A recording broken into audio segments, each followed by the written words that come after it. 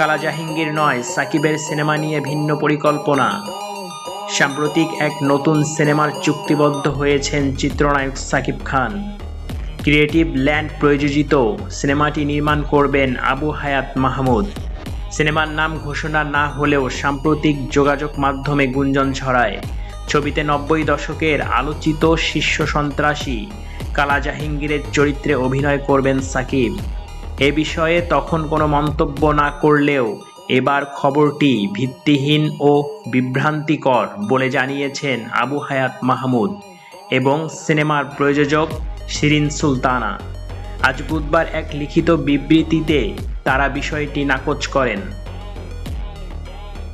লিখিত বিবৃতিতে পরিচালক ও প্রযোজক জানায়, মেগাস্টার শাকিব খানকে নিয়ে আমরা যে সিনেমাটি করতে যাচ্ছি সেটি নিয়ে কিছু ভুল তথ্য ছড়িয়েছে সোশ্যাল মিডিয়ায়, যা আমাদের দৃষ্টিগোচর হয়েছে। বলা হচ্ছে আমরা যে সিনেমাটি নির্মাণের উদ্যোগ নিয়েছি সেটা কালা জাহাঙ্গীর নামক ব্যক্তির জীবনী নির্ভর। এই তথ্যটি একেবারে সঠিক নয়।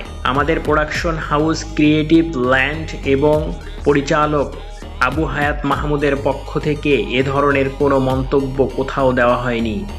বিবৃতিতে আরও লেখা হয়, পরিষ্কারভাবে জানাচ্ছি, আমরা যে সিনেমাটি নির্মাণের উদ্যোগ নিয়েছি সেটি নির্দিষ্ট কোনো ব্যক্তির জীবনী নির্ভর নয়।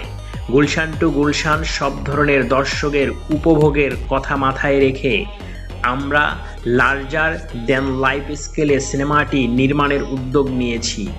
এটি 90 দশকের ঢাকাকে কেন্দ্র করে একটি গল্প, যেখানে crime, live action, emotion, family drama সবকিছুই থাকবে। আমরা অনুরোধ জানাচ্ছি, আমাদের অফিসিয়াল স্টেটমেন্ট ব্যতীত অন্য কোথাও থেকে পাওয়া তথ্যের উপর আপনারা বিশ্বাস করে বিভ্রান্ত হবেন না। চ্যানেলটি সাবস্ক্রাইব করে সাপোর্ট করবেন।